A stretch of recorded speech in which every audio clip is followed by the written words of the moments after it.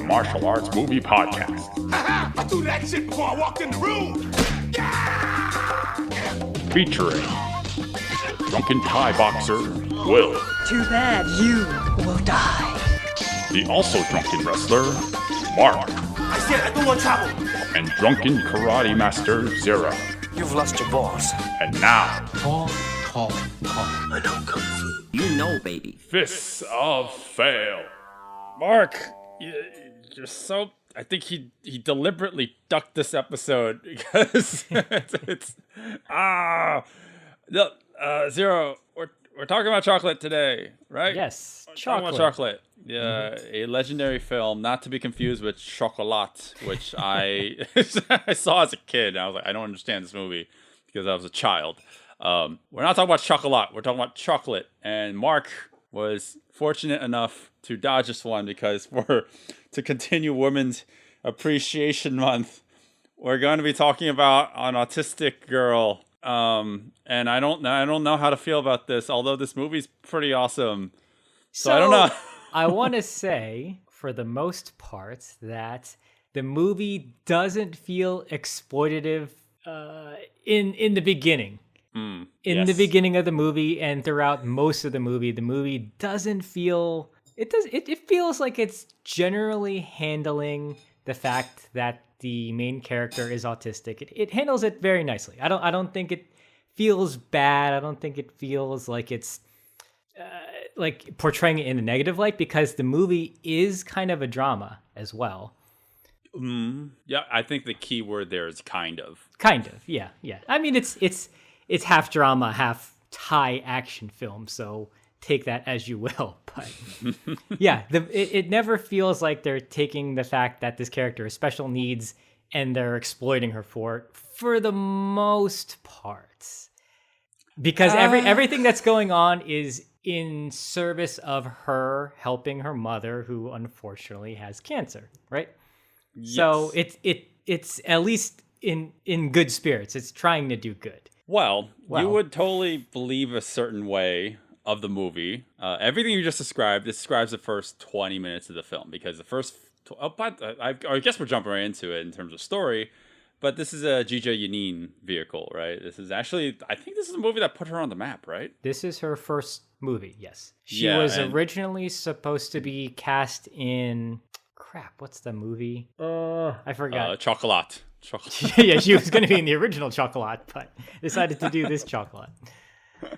Well, I mean, this is while you look that up. Born to Fight. She was supposed to originally be in Born to Fight. She auditioned for Born to Fight, and they saw her demo reel, or they saw her audition tape, and they said, "No, you're not going to be in Born to Fight. We want to put you in your own film," because that's how impressed with her stuff they were. So.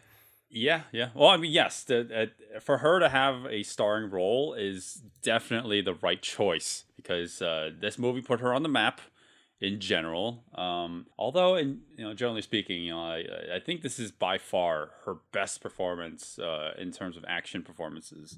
I would disagree with you there, but I think this is okay. Really? Yeah. Okay. Well, what would you think tops this one? I liked Raging Phoenix a lot more. I don't remember liking that movie. So yeah. In terms of fight choreography, Raging Phoenix has a lot of fight choreography. This is more stunt heavy, or that a lot of pain moments where people are really getting hurt and kicked and whatnot. That happens more in this film, where Raging Phoenix, I feel, is a little more focused on the fighting. Yes, although I generally just found more enjoyment of this film. But yes, we'll save that part of it for much later in the movie, or this discussion. Jeeja, I don't know. I actually do have fond memories of this film. I watched it when it first came out 13 years ago. Jesus Christ. Baby me watched this for the first time, and I had fond memories of it, thinking Jeeja's great. And rewatching it, I realized it had the Kiss of the Dragon effect on me, where my memory is way more fond than the actual outcome of it. After rewatching it, it's not nearly as good as I remember, but it's still a fun time. right? Yeah, so that's interesting you say that because I remember when I first watched this, I got the DVD and I was watching it on my television, my 4:3 aspect ratio television, and it looked horrendous. Everything about it just looked kind of bad for some reason. And I remember not really liking the movie. I guess after seeing Ong Bak and Tam Yong-goon and then Born to Fight, which is a film she was supposed to be in, I saw this and I thought it was just okay, but I forgot everything about it. And I think forgetting everything about it was probably good because upon rewatching it, I think I lightened up on it a little more. Like I enjoyed it a lot more this time than when I first watched it.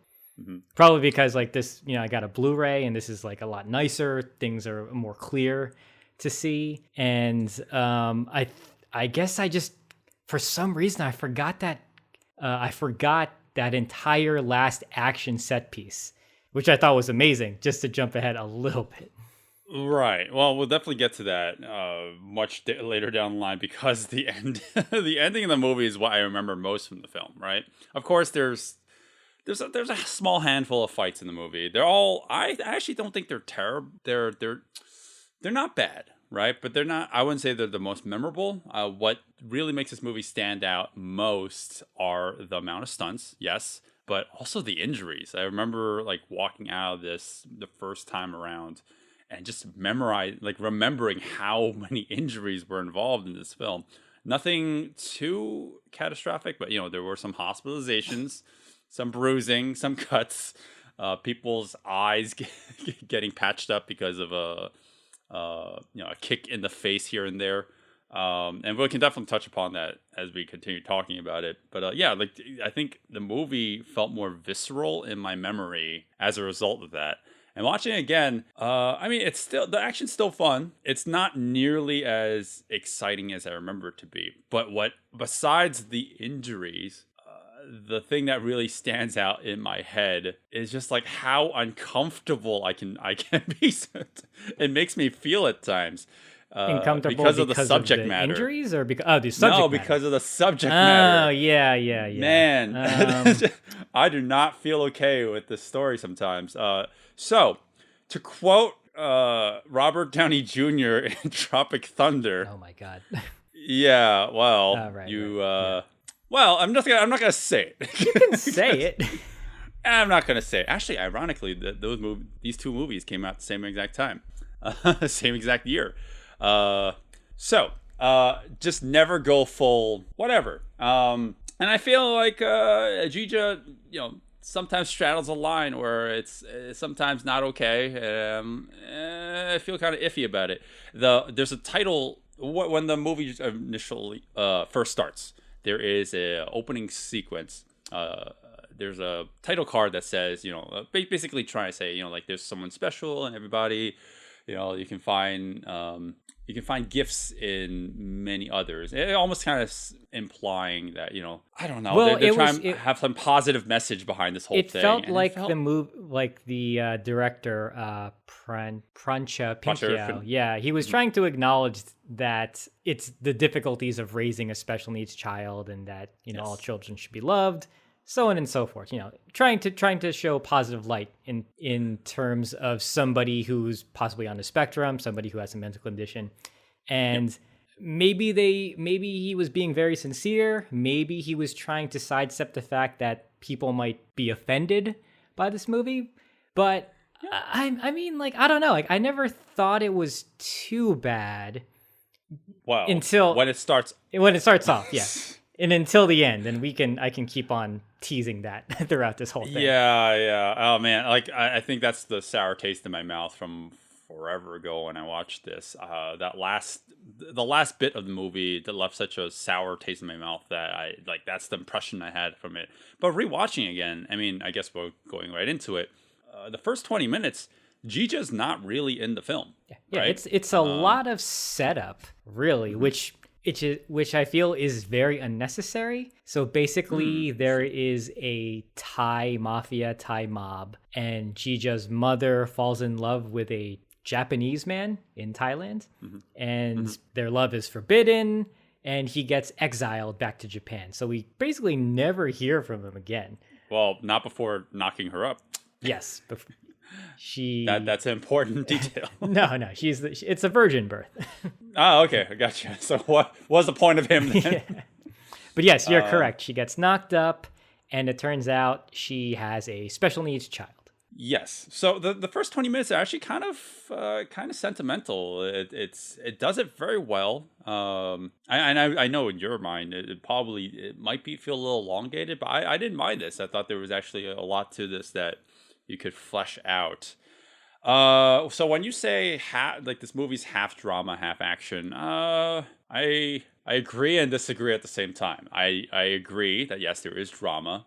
I wouldn't say half. Yeah, maybe half is maybe too strong. Probably 25% drama because, sure. As I mentioned, one of the things that the movie is dealing with, in addition to Jeeja Yanin's character being autistic, is the fact that you find out pretty early on that the mother has I don't know if they said it, but some form of cancer. It's some form of cancer. Yes.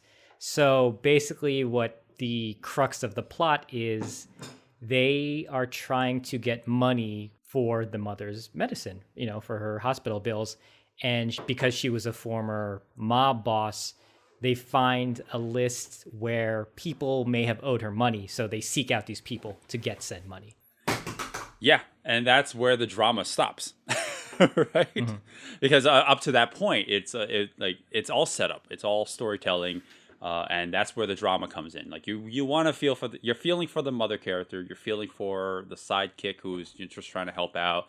You feel for Jeeja because she's obviously on the spectrum. So and she doesn't understand certain things. So when she sees her mother without hair and it's falling out, and she freaks out and she cuts her own hair, like things like that. Like I can sympathize with this character, and then that's when the drama stops. As soon as they discover the list. I was like, all right, now we're just gonna have fighting. So that's why I say I agree and disagree, because yes, it is technically drama, but it's there's a hard stop in the middle of the movie. At the one third into the movie, it's all right, we're done with the story. Let's just have a bunch of fighting. Although there is an establishing fight in the once Jeeja becomes a full-grown adult or young adult. I believe she's a teenager in this movie and in real life. I'm not exactly sure how old she was, but she looks pretty young. Right. Well, I mean, regardless, yes, the establishing fight, I don't think there's much to even talk about, with the exception of this one really nice kick that she does, jumping up in the air and smacking someone on a platform above her. I mean, yeah, we're up to this point. We have set up that Jeeja, obviously, with her condition, one special skill of hers is that she just, she picks up martial arts relatively easily. Yeah, that right. I would say that is the weakest aspect of the movie for me. I almost wish that was fleshed out a little more so I can understand. But I guess in terms of quote unquote action movie, you really, really need to speed those things up along to get to the fights. So all they really did was relocate the family to a Thai kickboxing school. And you have one scene where, as a child, she is watching the people practice Thai boxing, and then she's just kicking a pillar. And from there, she's a martial arts savant afterwards. It's a big leap. I kind of wish I would have been fine with a montage, actually, but for movie's sake, for pacing's sake, they really, really just steamroll it. I like the convention that they used here, where Jeeja as a child, is catching things without looking, in midair. And then in the middle of as a child about to catch something, it hard cuts to her as a young adult. The now Jeeja Yanin is nice. That's a nice cut. Although she is catching CGI objects at certain points, which brings me to my next point. I am actually amazed by the amount of CG in this movie. Imagine the amount of computer-generated effects in this film. Remember really hating that when I first saw it, because I don't think I picked up on it the first time I watched it. Well, I know one of the things in the Thai movies that they kind of advertised, at least for the first couple, was that, no wires, no CGI. That was at least with Ong Bak. Wow. And I kind of thought the industry would keep along those lines because that's what I loved about that movie. But after watching the behind the scenes and clearly seeing CGI, I realized that's not exactly the case. Yes. The CG is utilized here and there. I mean, it actually is used quite a lot, actually, which I'm actually fine with, coming from a guy who was kind of working in the VFX industry at a certain point. But my problem isn't really a problem. It's actually...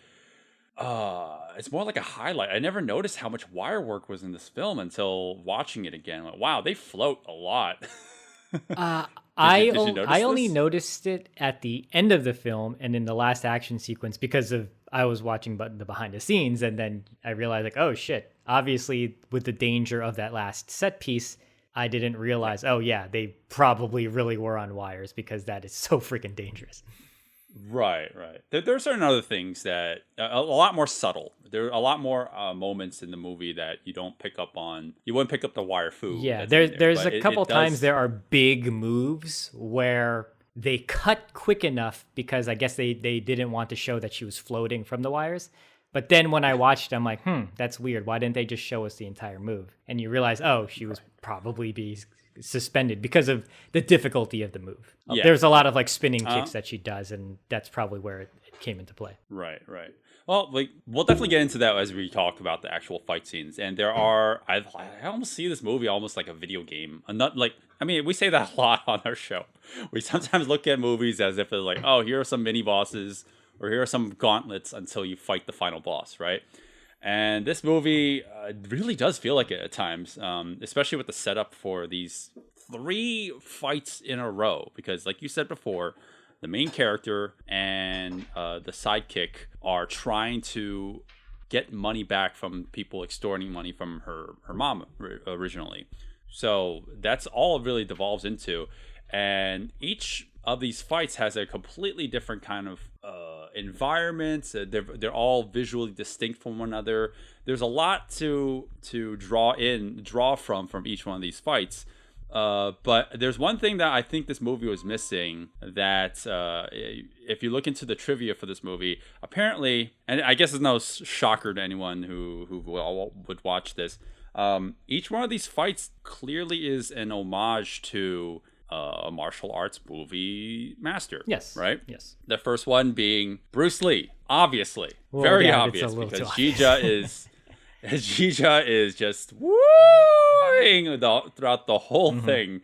And I really do not like this fight. Yeah, I didn't mind the initial impersonation of Bruce Lee because apparently when they had the idea to make her learn from martial artists, in addition to her learning from the Thai kickboxing school, she is watching martial arts DVDs. And one of the things they apparently wanted to do was have her watch Bruce Lee films or Jackie Chan films and show the footage, but obviously you need the rights to do that, so they couldn't do it. So I think they just had to be very, very obvious, although it was slightly annoying, that this is the person she's quote unquote imitating, and obviously it's Bruce Lee. Maybe, my word of advice to Prachapinkya, because I'm such an expert, is maybe get the clearance before you shoot this, right? Because like the whole scene is so heavily derived from Bruce Lee that you'd think that because the vision is clearly to have Bruce Lee movies in the film, maybe you should actually see if you can get the rights to it before you dedicate an entire action sequence to it, right? Because what they decide to do as a result of not having that is they cut in sequences of Tony Jaa, like just edited in there. If you notice in the very beginning of the fight, Tony Jaa's edited in. So you expect her, and by the way, like these edited sequences, they're obviously very jarring, and like where are these coming from? It's like some sort of inspiration to amp Jeeja up to fight. But Tony Jaa is doing Tony Jaa stuff, right? He's doing Muay Thai kicks, roundhouse kicks, and all of a sudden Jeeja is channeling Bruce Lee, and like where is this coming from, right? Yeah, I understand there is a disconnect, but I mean, I guess I was okay with it. Yeah, I don't think they would have got the rights to any Bruce Lee films to show it or Jackie films, so I'm not surprised. I think for me, what's very distracting is that you can see with editing and ADR that they're really, really overdoing the Bruce Lee impersonation. Because if you look at the choreography, it's kick, cut to impersonation, kick, cut to impersonation, kick, and then you constantly hear the Bruce Lee sound effects dubbed over, when I'm pretty positive she wasn't really doing that. Right. So I think in post they're like, okay, we need to Bruceify this whole scene. And I think if they toned that down a little bit, I would have been a little fine with this fight. I wonder if you could make an edit of this particular fight without having any of the sounds, any of the ADR of her impersonating Bruce Lee, all those close-ups of her doing the chin wipe move that he does, like all those things, and it still would be a fine enough action scene. Because like what you say is true, a lot of those impersonations break up the actual pace of the fight. And but even if you don't have those, I actually find this entire stage that they're using to be incredibly boring. There's nothing interesting about this at all. I like the fact that they are doing an homage to Big Boss, that fight, because it's interesting. I rewatched the Big Boss, that fight anyway, because I was curious. I was like, oh, is this what happened in the Big Boss? And it's not at all like this. It starts out in the ice factory and it immediately moves outside very, very quickly. And so I'm actually happy that this stayed in the ice factory, because I think the visual of those ice blocks is kind of nice. I think it's just not as good as it could have been based on how they decided to shoot it. Like, I think the cinematography isn't as strong. Well, so one good thing about the fights we're about to talk about after this is the fact that she is utilizing, in fact, not even just her, everybody is utilizing the environment to make things interesting. Here, we have these giant blocks of ice just on the floor, and they're not really being utilized to their full extent, at least in my opinion. Well, I think there is a danger of using these heavy ice blocks as props, because they try sliding it around, and it looks silly. I mean, there's no way around it. They couldn't really do too much, because there's a few moments where you have a stuntman throwing the ice at her, and it doesn't look impressive that she blocked it. But if you think about it, if she really got hit with that block of ice, that's going to knock out your actress. So there's a danger level that I'm sure they're trying to sidestep. The sequence of all these men just like approaching her, sliding these blocks of ice towards her in hopes to crush her. And then she moves out of the way, like just barely. And seeing all the ice just like slowly slide and collide with one another, there's nothing about that that's even remotely intense or interesting. I agree. Yeah, it's very, very non-threatening. So there's that sequence when someone slides a block of ice at her, and she just taps it with her foot. It looks so silly. Like, it looks like she's trying to do this very powerful kick on it, and obviously it's not going anywhere. Yeah. Unfortunately, this is technically the first fight, and it wasn't what I was hoping for. I think the first fight, it's supposed to really draw you in. It's supposed to show you, okay, this is what's in store, or at least like this is what our talent is going to be like. And it almost feels like she's not a trained on-screen fighter, because they cut up the choreography so much. But I think, as I kind of mentioned earlier, I think that's in service of them trying to amp up the Bruce Lee impersonation. Right. Yeah. This fight in general does feel like an afterthought. In fact, so much so that I totally forgot this fight even happened. And yeah, it might leave a bad first impression for someone watching this for the first time. However, like we said before, we do have 3 fight sequences almost back to back. And the second one definitely picks up for me. Yes. And it just went from, like, it hit the low point and all of a sudden just rose back up. And so the second fight is in a FedEx warehouse. because that's all you see, like these Amazon boxes everywhere. Not FedEx. I think it's Choco. Choco, sure. I'll take that. Everything about this is so much better. Everything. Not just the environment, because it's much brighter. It's like it's more vibrant. The action's just significantly improved. They definitely put more care into what they can vary up with, and put more stunt work in here, like stunt effort in here. But also, like it's not just a fucking bunch of ice like everywhere.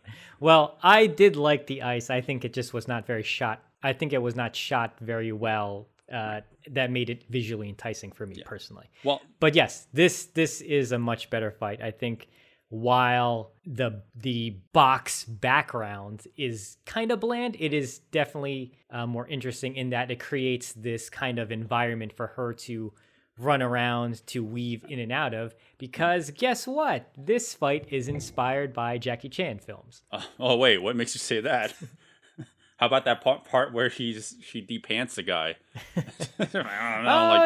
Is that Jackie Chan? Yeah, I forgot that Jackie Chan does that. He likes to de-pants his enemies. Yeah. Watching the behind the scenes, you definitely see her performing doing her taekwondo thing, right? It's very, but she translates it so well into like the Jackie Chan style, where she does that 540 kick, more like a 540 jump, like similar to a way that Jackie would do it. Like it's so flashy and so unnecessary to dodge a low sweep. But hey, like it adds style to it. And I think the one other thing I like about this that doesn't work with the last one is how dynamic the camera is. And that is so important because it adds a little bit of frenzy to this. It makes it way more interesting. And you are right. The background can be kind of boring. It's just a bunch of boxes. But brown boxes, yeah. There's brown boxes, the color. A lot of brown. A lot of brown, yeah. Just because the environment can be drab at times, the movement is interesting, and that's what's so great about this. And you would think it wouldn't work because Jeeja herself is also wearing brown, right? Yeah. And obviously there's so much there to borrow from Jackie's style, right? She's like using in the environment much more than she did previously. She's using chairs to block an incoming assailant. She's spinning over the table, and then once she's done spinning over the table, in the next cut, the table is gone. There's no table anywhere near her. Like, where the hell did that go? And there's just so much more fluidity and movement, all in all. Yeah, there's a lot of really interesting things going on in this fight. I like that one move where she does like a handstand towards one of the assailants, and her foot catches his arm, causing it to bend in a lock. It's weird. I've never seen something like that before. It's a little hard to verbalize. But yeah. I noticed with Jeeja as a fighter, it feels like she has a gymnastics background almost, because she does a lot of the back bend, she does a lot of the handsprings. She's just more, I don't know, she's more snake-like, for lack of a better word, compared to her male counterparts, where they're just more like power, and they're like Tony Jaa's more elbows and knees, and like he does kind of bounce around a little bit sometimes, but I feel she looks more like a gymnast when she's doing her stuff like that. Yeah, no, for sure. Like she's very nimble, and she's definitely, sometimes she doesn't always sell the power, but I think that's not her to her discredit. It just it has nothing to do with that. I just feel like they're playing up to her strength. She's more about speed. She's more about agility and flexibility.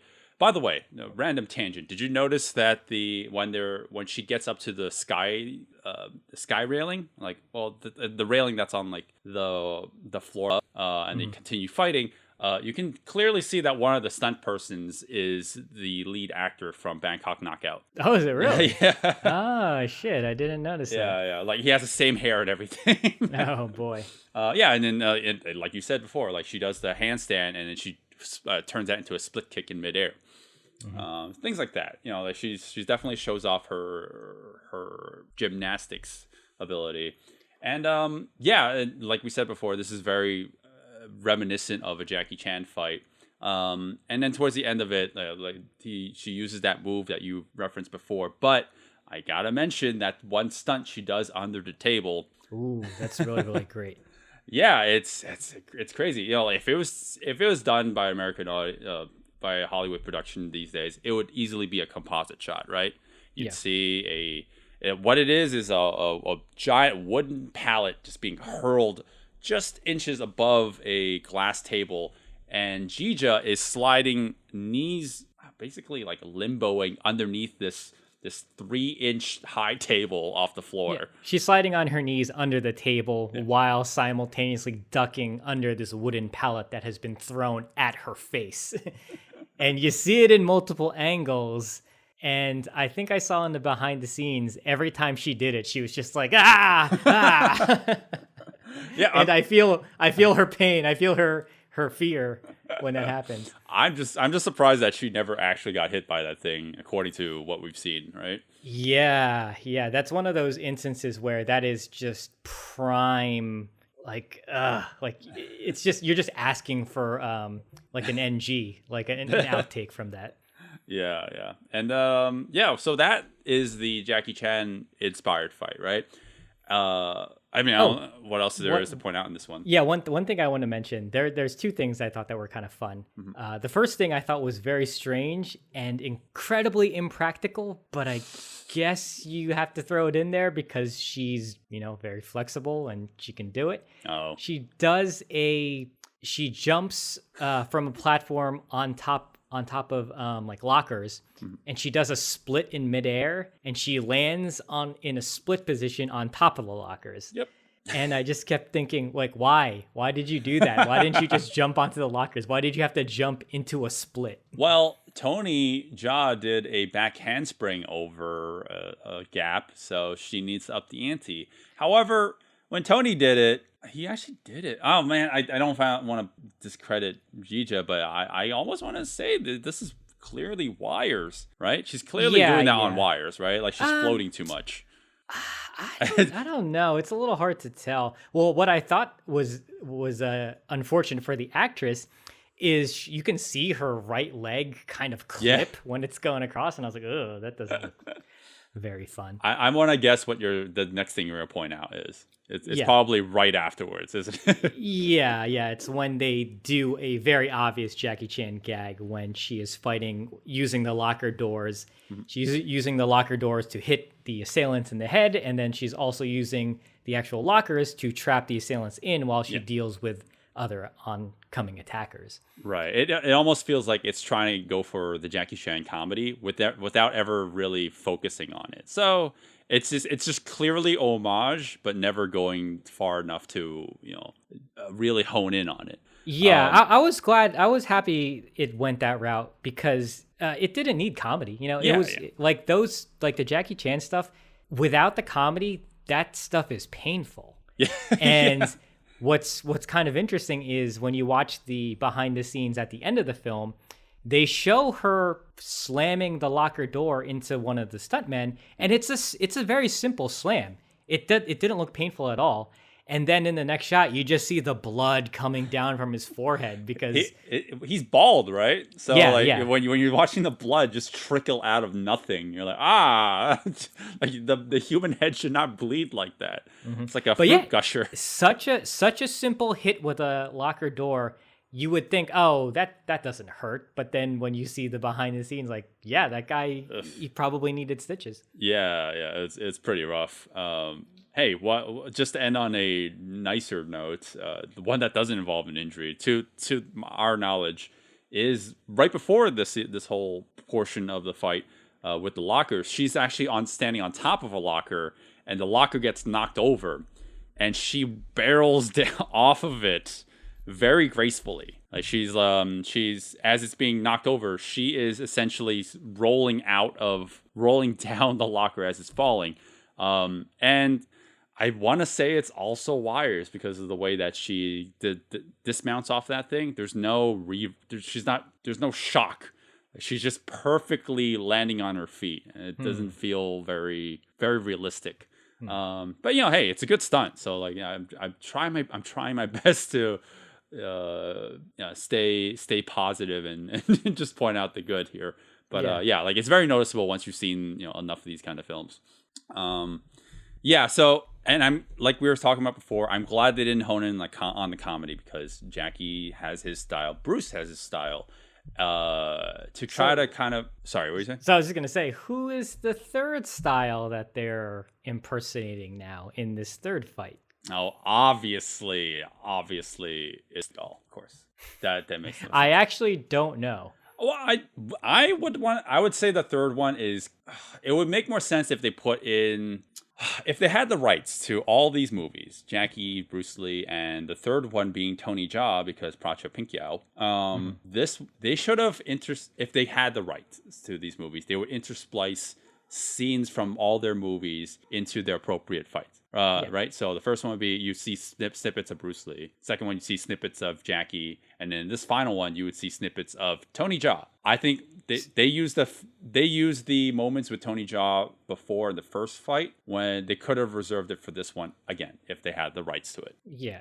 So I was assuming that this fight was supposed to be inspired by Tony Jaa, or at least Thai action films, but I didn't really get a sense of that, to be honest. Really? I wouldn't say the choreography itself is very Tony Jaa-ish. I would say a lot of the violence in this is very Thai, right? Because where are we now, by the way, Zero? We're in the most disgusting meat market ever. Yeah, I've been to Beijing, so I don't know. No, you're right. Yeah, this is very it's very gross. You just see a whole bunch of meat and nothing else. The color palette here is just red and brown. Man, this is probably one of the most ugly fight scenes I've ever seen.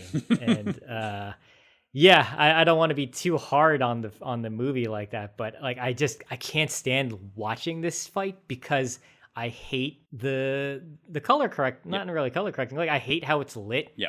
It's this pink and red, and it's just making it feels like what's that setting in Photoshop? Like not safe for TV, like certain colors, you're not supposed to put them because it blows out on certain televisions or something like that. Yeah.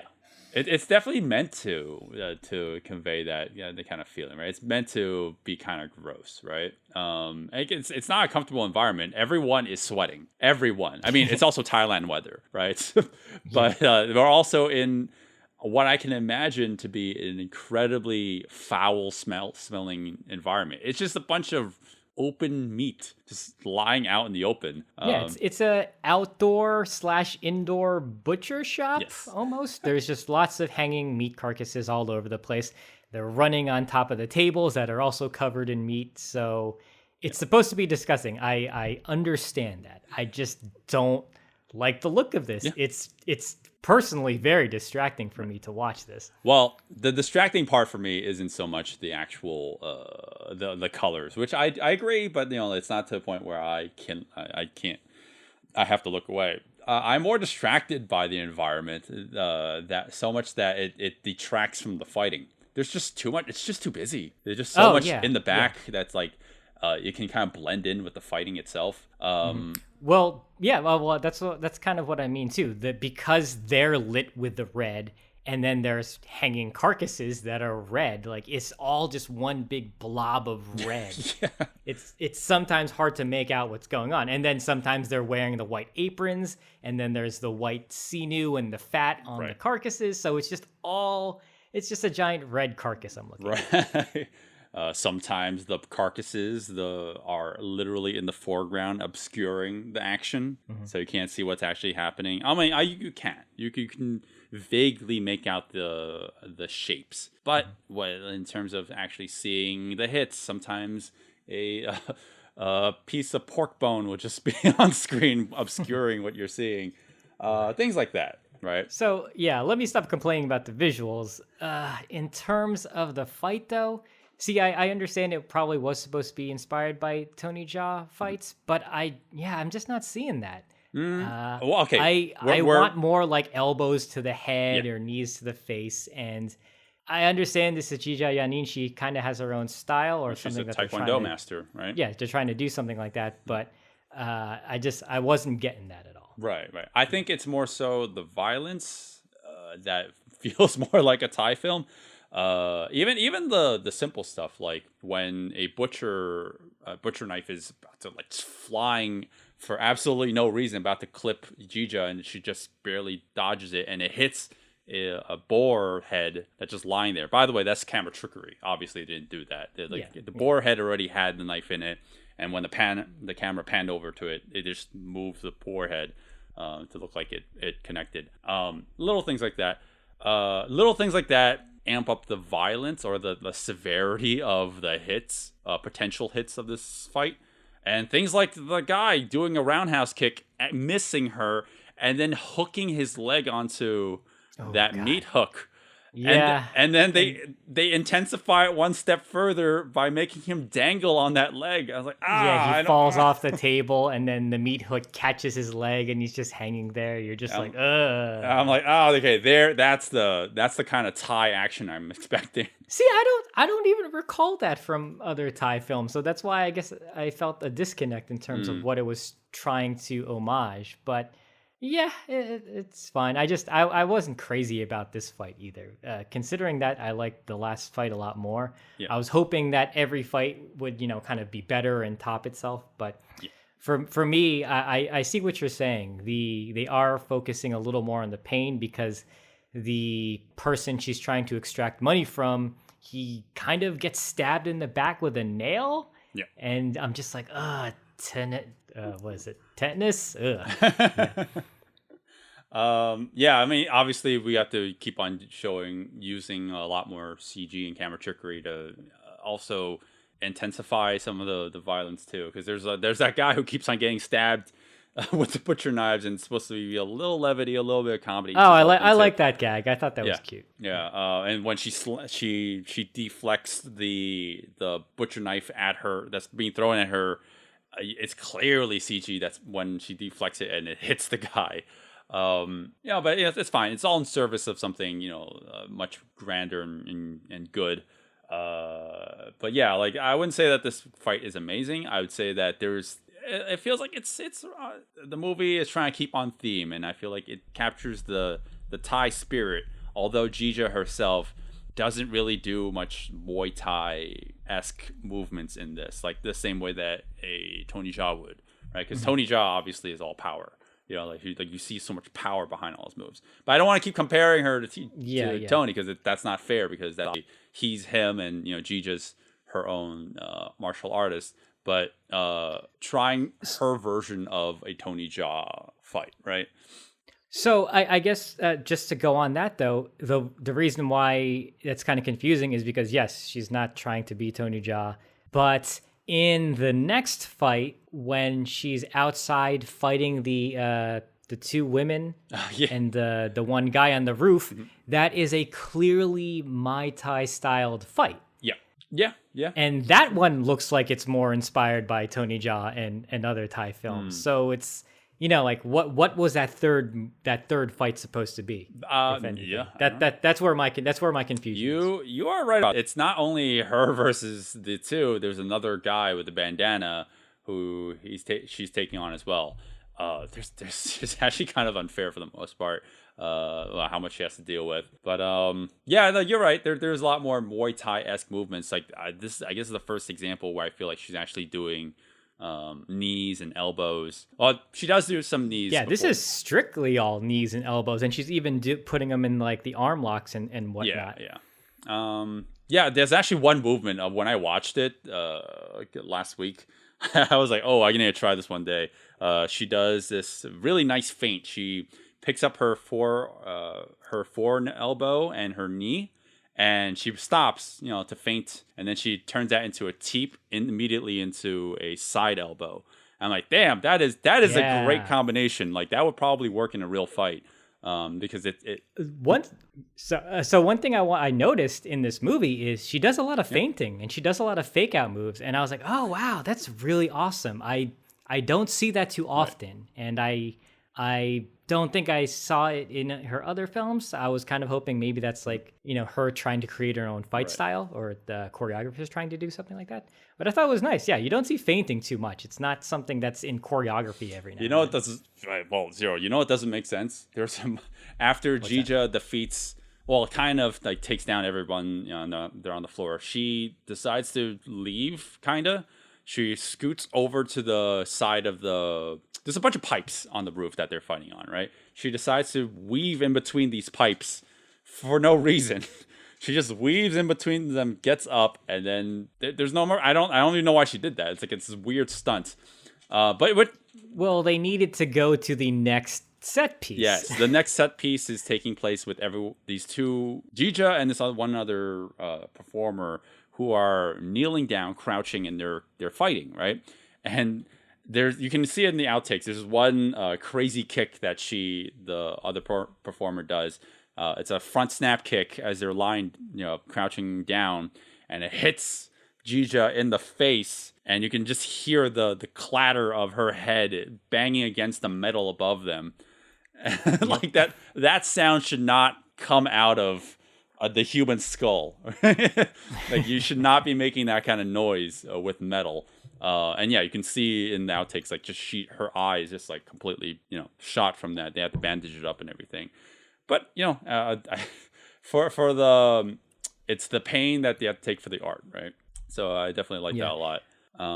Man, like, I like this fight in theory. So it's basically the two women who are kind of on their hands and knees underneath this metal grating, and they're, trying to hit at each other. But I just hate the way it's shot. I think that with a more competent cinematographer, you could have done close quarters combat a lot more interestingly enough. I understand the limitations of the set, because I think this is partially a real set, a real structure anyway, because I think if they had the budget, they probably would have chopped this up into pieces. Wait, do you think so? Then they could have got the camera in like more interesting Do you think angles. so? Do you think it was an actual set? Because when you watch the behind the scenes, it's a green screen. This is a real set, and these are real pieces that they put on top, but the background is fake. Yes. Like, they're not really on a roof, but this is a real set, and they just took construction equipment and they put it down, and they're like, okay, we're going to use this. But I think if they thought it through a little better in planning, they probably would have cut up that metal grating so they could have put the camera underneath more easily. Right. I think it's just one solid piece of metal. I think that's why they can only get certain angles for that. One thing that I feel like is missing from the behind the scenes, the after credit sequences, is I'm sure of it. I am sure there is a lot of footage of these people, these performers, kicking these pillars that are holding those grates up, because they're just doing a bunch of kicks, like low sweeps, and snap kicks, and when you flail your arms, your limbs around like that, you always have the potential of accidentally snagging against these really thin pillars of metal that are just like happen to be there. And you don't see it anywhere. I'm like, damn, I feel like someone must have like severely bruised or snapped something in their ankles. Probably. Yeah. Okay, so just to bring it indoors again, because like once Jeeja does a flying double knee towards the last girl and sends her into this chute. Which like watching it a couple times, I'm like, okay, I see what they did there. It clearly there's no impact with the knees. It's like they soften the blow. Whatever. We're back indoors now, and I'm getting a very Kill Bill Volume 1 inspired fight here, because they're fighting. See, I would actually disagree with you there. You do? A little okay. bit. Yeah. So after rewatching this fight, this is very. It's not so obvious, but I was getting Tom Yum Goon. I get that where too. Tony Jaa is in the one room, and all the bad guys are just coming at him, and he's just dispatching them like kind of one by one. And that's exactly what happens here. This is like Jeeja's moment to do the one on many, and she's doing, not difficult, but she's kind of doing fancy-ish moves to take them all down one by one. Well, just like that movie, if we made this a GIF and we did, or GIF, whatever heathen you are that calls it GIF, if we were to make a GIF of this and not tell you where the end is and just keep looping it, you would never know that this is going to end. Because she just fights like an endless horde of men that just come out of nowhere. Yeah, it's just move after move after move. I don't know why. This is much shorter than the Tom Young-goon sequence. So I think that's why I liked it a lot. And I enjoyed that she started incorporating the bodies on the floor into the fight choreography, because she starts rolling on top of him and whatnot. Well, I do like the actual choreography in the first portion of this, because, by the way, this final action sequence, which is a combination of the last thing we just talked about, this thing, the next two portions indoors, and then there's the final sequence outdoors. It's very long. This is a very long final action sequence. It kind of starts at the hour mark, and this movie is an hour and 30. So the last 30 minutes of this movie is kind of all action at that point. So if you were dissatisfied, or if you felt that the story was kind of dragging, then just wait till this moment. At least it's going to start throwing everything at you. And everything that comes back into play too, like her backbend, her standing backbend, it's so impressive. Like, she dodges a flying double knee by doing a backbend and then standing back up in basically from a backbend to back handspring position. She does a lot more what you'd traditionally see in a Panaritikrai production. By the way, who choreographed this? He did not. He was the action supervisor. Oh, look at you making me a liar. The choreographer was Weerapan Pumatvan. I believe he is the same fight choreographer as Raging Phoenix. Okay. Gotcha. Okay. Yeah, I think I would guess that Panna's involvement was probably in the last action set piece with all of that stunt craziness. Yeah, that might be it, because I definitely see a little bit more of that in this final one. And there is some wire work here. Every sequence almost feels like they have a little bit of wire work. Here she does a butterfly kick, and she floats a little too much. Just a little too much. Almost to a point where, like, I don't even understand it, because like the move that she uses to connect it with, or like the purpose of the butterfly kick is to connect it with someone's face. And I'm like, I feel like you could do that with practically. You don't need to use wires with that. Or just think of something better. You don't have to use a butterfly kick. Whatever. I think they were trying to go for the height and the angle at which her body was positioned. So probably wires was required to kind of get that look they were going for. Yeah. I mean, like, as someone who still to this day struggles with butterfly twists, I'm like, the way that she just catapults her whole body and floats like that, I'm like, that is not realistic at all. You need a lot. Yeah, well, that's what I'm saying. You can't get the height that they were probably looking for. So, that's where the wires come in. Yeah. All right. So here's the most uncomfortable part of the movie. I reiterate this. Mark was smart for bowing out of this episode, because this next portion it makes my skin crawl, because I don't get it. I don't get, why would you do this? Yeah. So if you think about it, when you have a good guy and you're going by the Marvel movie logic or storytelling, how do you fight the good guy? You just send basically the same type of superpower at him, right? And when I say superpower, that probably did you just call autism really a horrible. Superpower? Yes, they are very super in their own way. Yes, they are superb. Oh my god! I remember watching this the first time, and I was 18, and I was like, "Oh no! No! This is not okay." And then watching it now as a 30-something, and I'm still like, "Oh no, this is really not okay." Yeah. So to reiterate, Jeeja is now fighting another autistic fighter. Yes, but what they do to him or do with him is I don't know. All right, and they give him a tick. Yes, they give him a tick, but he's also an incredibly talented fighter and breakdancer, right? And by the way, they're going for that b-boy style of but not to be confused with like capoeira, aka like a Lateef Crowder kind of fighter. Like this is clearly strictly b-boying. He's b-boying and somehow making those dance moves connect and look like fighting, coincidentally. But yeah, like what are the odds? What are the odds we have two martial arts special needs fight? Man, this just makes me feel dirty talking about this. It really does. You know what? I would have been fine if he was just an eccentric fellow. He didn't need to be autistic. He could have just been like a weird guy who was doing that tick as part of like that's his dance move almost, right? But this tick isn't just like, oh, he snapped his fingers. Like this is him flailing his whole body when he does the tick. Yeah, like it's out of his control. Yeah. So that's how you know that there is something, special about him. They could have clearly cut out that whole sequence earlier where you find out that the main villain has a special needs child as well. And this could have just been like, okay, this is an eccentric fellow.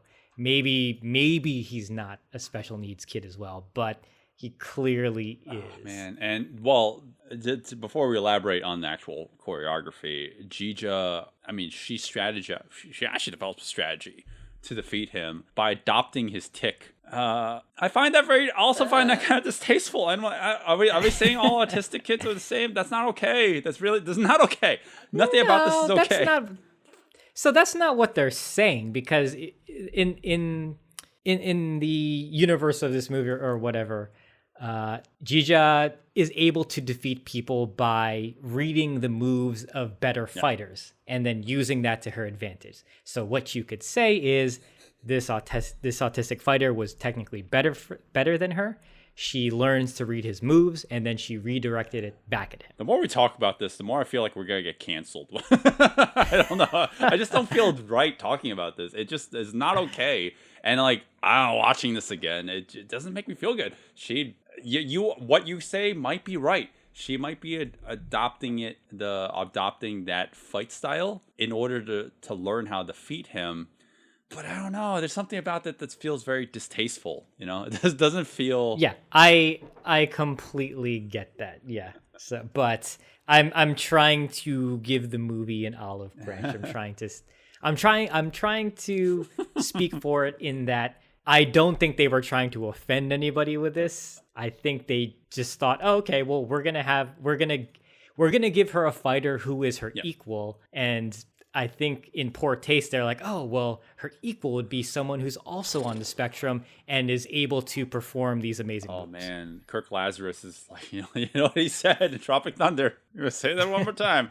Like, Jeeja shadows the line a lot in this movie, where I'm like, okay, it's like it feels like a genuine performance. She's trying to like give some dignity to the character too, but sometimes she goes a little overboard. This other character they just threw in, I'm like, there's no dignity behind this character. Like, this is not okay. Yeah, and especially when they don't set him up properly and they just throw him in at the end. Yeah. So it does. This is unfortunately the point where it does feel a bit exposed. Well, I mean, how do you conclude a fight between two special needs fighters? One of them has to lose. So I don't know. I also feel like wrong to watch like an autistic kid get beat up. And I'm like, that's not okay. Yeah. This is not okay. None of this is okay. This is really wrong. Well, it is Women's History Month and she wins. So yay. It's Women's History Month. And so to top that off, the mother who we've been hoping would survive her cancer the whole movie gets stabbed to death. In the very next... She gets impaled. Oh, even better. What does the sword represent? She gets stabbed in the next sequence. And the dead... I wouldn't call him deadbeat dad. He's not deadbeat. He just, was... He was exiled, and now he's returned because of information. Because of movie. The father's back, and he's kind of here to try to save the day. He tries to have a fight scene. We don't care about it because he's not. What is his name? Hiroshi Abe, I think. Hiroshi Abe. Yeah. Whatever. His action sequence, whatever, doesn't really matter. It's more for the drama. And then next thing you know it, Jeeja is now chasing after the mob boss who killed the mother. And we have our final moment on the rooftop, which, by the way, I am also skipping over the scabbard fight. I don't know if you want to talk about it. There's Jeeja is using these two scabbards almost like bully clubs and just beating the crap out of people who are wielding katanas. Yeah, it's okay. It's reminiscent of what happened earlier with her just taking on the one versus many. It's just okay. I like some of this stuff because it's just fun to see her wail on these stuntmen. Yeah, I get a lot. I also get flashbacks of Tom Yong-gun in this too, because of the way that Tony Jaa would wield those two elephant bones. Oh, the two drums. Yeah. But anyways, once we get to the rooftop, now the mob boss jumps onto like the side of the building, like almost like the fire escape. They're not even fire escape. They're just like ledges that just happen to be across the street from an oncoming train or the train tracks. And it almost becomes like a parkour-esque fight sequence at times because they're going up and down these ledges. So this is our final action set piece, and this really is a set piece. It's very clear that this is not real, that they built this elaborate set, because you can see CGI at certain points because they needed to extend it and to add a background. That's fine because this is still a real 3-story set. It is the side of a building, and these actors, while they are wired in, are very much really on the side fighting, and they're being thrown off, and they're really just dangling. It's really, really intense. Yeah. I mean, when they're falling, and there are a couple of performers who actually fall. There is definitely a small, slight disconnect because they're descending so slowly, and it almost feels like they're floating a little bit with the wires, the harness kind of lightening the fall, obviously. But if it weren't for that, I still think it's great. I still think it's great because like the final outcome, you can clearly see them falling from the highest point and then crashing and sometimes even hitting the sides of the ledges until they get to ground level. Oh, yeah. Just because you're in wires and it's slowing your descent does not take away the fact that you are possibly hitting ledges on the way down and your body weight is still hitting the floor despite the fact that the wires are, assisting. Yeah. So it's, oh man, I don't know why I forgot about this whole scene. I think I was just kind of disappointed with the movie when I first watched it, and so I guess I just kind of took it out of my mind because when I was watching this, I was like, oh man, I don't remember this at all. So I kind of got reinvigorated again, and I was actually really liking it. So would you say that this is a great way to end the movie? Oh yeah, definitely. That's so weird. I think you and I are on different pages because I don't love it. I don't hate it either. But I would definitively say, in my opinion, I don't think it should end the movie. It's good, but I kind of want a more traditional, like one-on. As much as I don't like. Oh, so you were looking for a fight? Yes. Like here she's dispatching all these people with so much ease that I was like, oh, I kind of want the final action set piece to be like it ends with a bang, right? Here, like yes, the visual's nice. The stunt work is nice. The environment is impressive, but I actually want a challenge for the final as the final fight for her. And here, I never really got that sense. I feel like she has the whole situation under control. And like, I wouldn't end the movie like this. This should have been like the setup to lead you into the final fight. That's my opinion. Yeah. Well, I think the issue is if the last boss actually had martial arts ability, then this should have went into that should have been the final fight, but that was never the case. Yeah, that is true. They just ended it here, and I'm fine with that because I love how this ends. I'm fine with it not being choreography in the traditional sense. This is choreography in the sense that like, okay, I'm going to kick you. You're going to hit this platform, and you're going to hit this sign, and you're going to land face first. Yeah. Can you remember? Can your body remember that choreography? Right. I mean, there's still a impending sense of danger, right? Because there's just so much going on here. there's a lot of wires in this. Like again, I hate that I keep harping on that, but like at times you really can't not notice it because it just would lighten a lot of the danger that's involved in it. Like so when she descends she does a flying knee descending from one floor to the next, and she is just gliding. There's no weight behind that move at all. I don't know, man. Like so actually, when I was watching this, it immediately made me think of Master Z. And I don't know if you remember, they did something very similar where they were fighting highly elevated above the ground on top of signage in, what was it, Hong Kong or Macau? Shanghai, I forget where they were. Yeah, Shanghai. Oh, Shanghai. Okay. And I remember really liking that set piece, but the wire work there was way too obvious.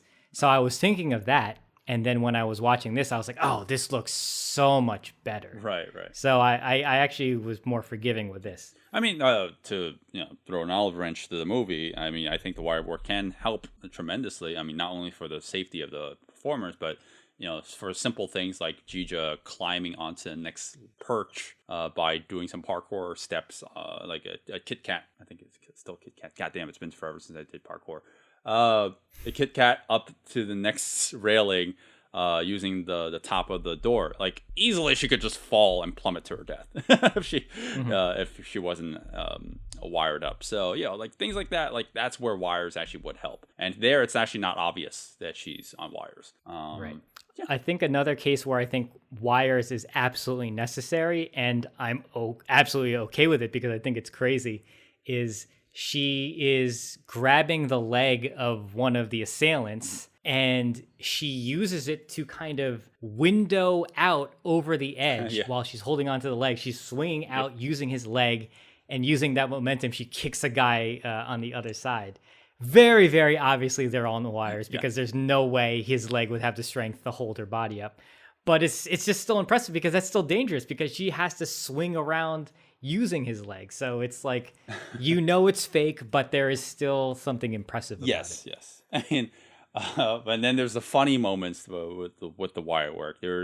Jeeja is now hugging her backside on the railing where the train tracks are. So she's facing opposite from the complex. So one of the henchmen, for some stupid reason, decides to do a jumping lunge at her, and she just decides to do a push kick towards his face, and he just immediately, all the momentum he had going forward just goes straight down towards the street, and there's something about that descent that's like he floats to the ground. He's floating.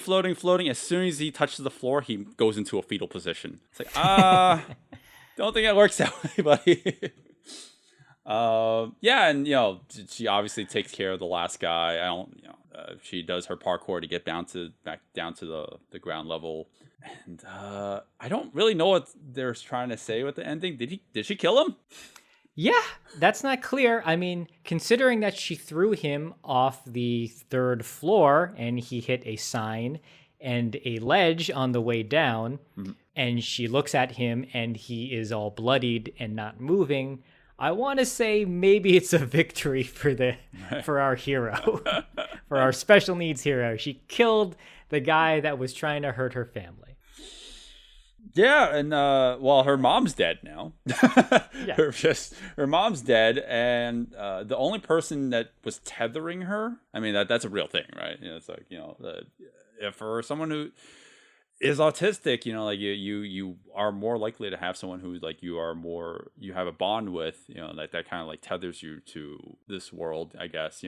So like she dies, and immediately she has a connection with this father figure who she has never met before. Yeah, you kind of have to just give that a pass, because if this movie was trying to be realistic, it would have ended on a very sad note of her not really trusting him and then dying alone. So, yeah, she's reunited with her father. Yay! It's a happy ending for everybody.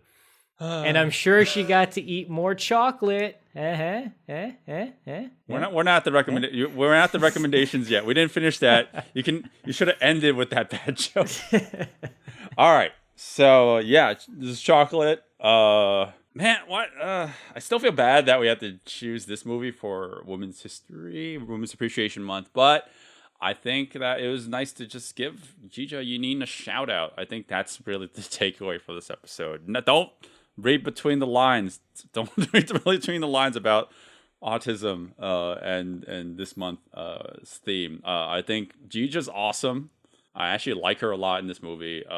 It's not as good as I remember it to be. Unfortunately, watching again, I'm like, I see the cracks on the wall. But I still think it's a relatively good movie. It has problems, and it still makes me very uncomfortable at times because of the subject matter. And it started off pretty well. It started off pretty well, and I was actually kind of I thought there was some sentimentality, it does it tastefully, and it just throws all that out the window as soon as she starts fighting. Yeah. Well, unfortunately, there's that one moment where you're just like, "Ooh, probably shouldn't have done that." Well, there's quite a couple of those in this film, at least in my opinion, and the most egregious, obviously, being that the two autistic kids fighting. That's such a weird thing to say. All right, Zero, what are your thoughts of this movie? Yeah, I'm the complete opposite of you. So when I first saw this movie, I wasn't too crazy about it. Upon rewatching it, I liked it because I liked how it ended. I'm a very big proponent on if the movie is not really getting my attention, as long as it ends very big and satisfying, even just in terms of the action, doesn't even have to be in terms of the story, I can get into it. I can give it a recommend. So I like all the action at the end, or the majority of it, especially that last action set piece. I think the stunts are really cool. Really, really hard hitting. If you like Thai action films, and which is what they're known for with those hard hits, I think they do it well here. Mm-hmm. I think the earlier fights I wasn't too crazy about. I think the Jackie inspired fight though is pretty good. I think it could have been edited a little tighter. The pacing could have been a little tighter there, but I think for the most part it was fun. Right. And yeah, I think I like Jeeja Yanin. I really wanted her to become, not the next Tony Jaa. I wanted her to go in parallel with him. I thought she was her own unique thing. Unfortunately, I think she just decided to have a family, so she didn't want to keep making martial arts movies. I don't exactly know the story there. But we also covered Raging Phoenix. You can listen to that. I like that movie. I like the choreography in that movie a lot. Watch that episode. Go follow us on Patreon. Hey, let's see how we tie that all together. Yeah. I like Jeeja Yanin. I think as a first film, I think this is a good first one out of the gate for her. Yeah, well, it literally is the first out of the gate, right? Yeah. Hey, I think you might be misquoting me. I don't hate the movie. It's not as good as I remember, but I do still enjoy the film. But yeah, like everything I said before still stands. I just feel very uncomfortable watching this movie. It's just not okay. It's like watching what was that Sean Penn movie? I Am Sam. Oh God, I Am Sam. Yeah, Oof. yeah. Oh, sometimes I'm like, it's that all over again. I don't know. What I'm saying is that Jeeja needs to get an Oscar. I don't know. I don't know where that came from. How about I give you some chocolate and we put some marijuana in there, and then you could watch this movie again and not feel anything. Or I could just not watch the movie again. I think that would work too.